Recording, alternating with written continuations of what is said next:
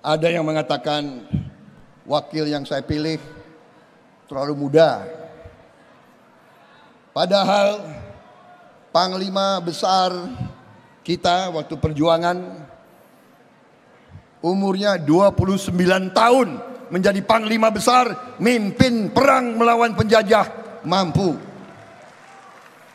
Anak muda pengalaman saya, kalau diberi tugas, kalau diberi tantangan, dia akan matang. Kalau tidak diberi kesempatan, ya tidak akan matang-matang. Jadi memang waktu itu saya dihadapkan dengan pilihan. Orang pengalaman, benar. Mungkin bisa dikatakan calon yang saya pilih. Saya katakan di sini ya, saya yang pilih. Saya yang minta, saya yang memilih. Tidak ada itu dinasti-dinastian. Assalamualaikum warahmatullahi wabarakatuh. Jumpa lagi dengan saya DJ. Video saya tentang mantan-mantan jenderal yang membuat maklumat direaksi oleh seseorang. Tidak berani menyebutkan nama saya, tapi dia menyebut bahwa anaknya di belakangnya anak jenderal. Saya miris ya, ada satu akun di belakangnya anak jenderal. Dia menstigmakan negatif, ada niat jahat kepada para purnawirawan jenderal. Ketika para purnawirawan jenderal ada 8 poin menyatakan sikap. Rupanya orang ini ya sangat mendukung upaya para mantan jenderal ini untuk menurunkan Mas Gibran. Nampak dari video-video dia yang ada di akunnya dia ini, dia memang pembenci tulen Pak Jokowi. Kalian aku bilang nggak percaya, nggak usah gertak-gertak kami. Buktinya sampai hari ini nggak ada pengacaranya mau nuntut. Dia itu sangat mendukung upaya dari mantan-mantan jenderal ini untuk menjatuhkan Mas Gibran. Ya. Alasannya bahwa bukan inisiatif para jenderal ini untuk membuat makar, tapi karena ini negara kita negara demokrasi, maka para jenderal ini punya hak untuk memberikan usulan. Maklumat ini berisi 8 poin. Poin yang pertama, kembali ke Undang-Undang 1945 yang asli. Kalian sudah pernah baca Undang-Undang 45 yang asli. Poin 1 dari maklumat mantan jenderal ini berimplikasi pada pemberhentian presiden maupun wakil presiden tanpa melalui Mahkamah Konstitusi, tapi bisa langsung dipecat oleh MPR. Karena apa? Karena mereka minta dikembalikan lagi kita ke Undang-Undang 45 yang asli, sehingga presiden dan wakil presiden bisa dipecat langsung oleh MPR tanpa melalui Mahkamah Konstitusi. Artinya apa? Mereka ingin menghapuskan Mahkamah Konstitusi. Menurut kamu benar tindakan para mantan jenderal ini? Tidak. Mereka memang berniat untuk makar. Dari poin 1, di mana mereka meminta mengembalikan kepada Undang-Undang 45 yang asli, artinya bahwa kedudukan presiden itu, ya, jabatan presiden bisa lebih dari 10 tahun. Itu dari poin 1 saja sudah kelihatan.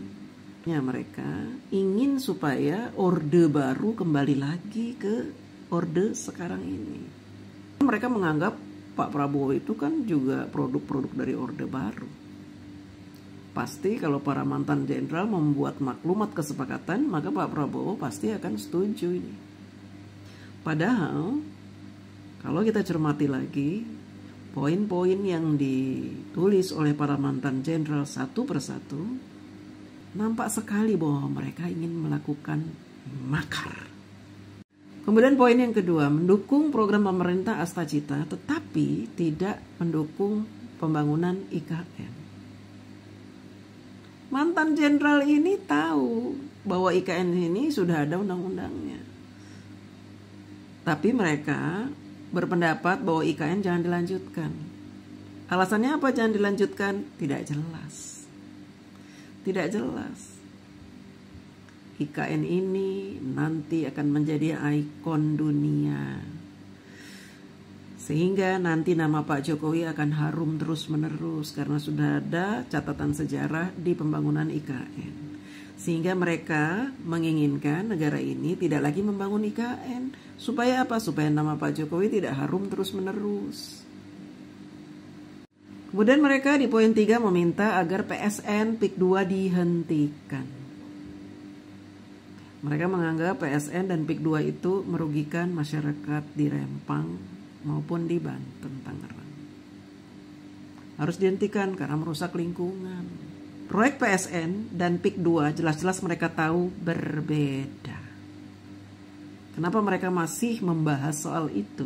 Padahal sudah dijelaskan bahwa itu adalah proyek yang berbeda. Justru adanya PSN ini adalah mengembalikan lingkungan ke awal mula kondisi lingkungan di tempat itu. Kenapa membawa kerusakan lingkungan?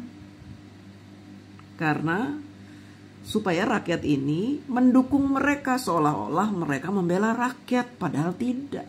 Kemudian poin keempat, mengembalikan tenaga kerja asing Cina ke negaranya.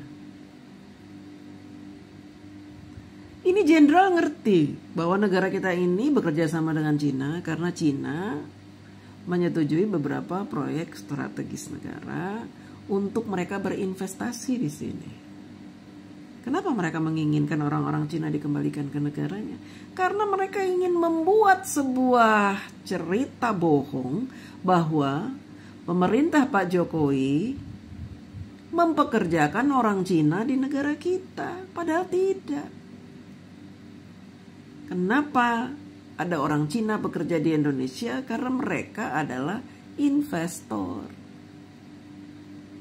Mereka ingin memframing bahwa saat ini kita sedang dijajah oleh orang Cina, padahal tidak. Keberadaan orang-orang Cina di Indonesia juga diketahui oleh DPR. Mereka ngapain aja juga diketahui dan mereka diperketat dengan peraturan tenaga kerja asing. Jadi nggak ada dijajah. Kita tetap sebagai negara Indonesia yang kuat dan utuh. Cina itu hanya bekerja sebagai investor. Ini para jenderal ini ingin membuat suasana kisruh. Ini adalah salah satu upaya untuk membuat rakyat panik dan ini bisa dikategorikan sebagai upaya-upaya untuk membuat kudeta dan makar. Kemudian di poin selanjutnya, mereka meminta bahwa pertambangan di Indonesia ini harus ditertibkan. Memang sudah ditertibkan, makanya dibuat hilirisasi. Ketika peraturan hilirisasi diterapkan, maka mereka tidak bisa lagi membuat lubang-lubang untuk mengeruk kekayaan Indonesia. Mereka membuat maklumat ini tujuannya apa? Supaya rakyat mendukung mereka, seolah-olah mereka ini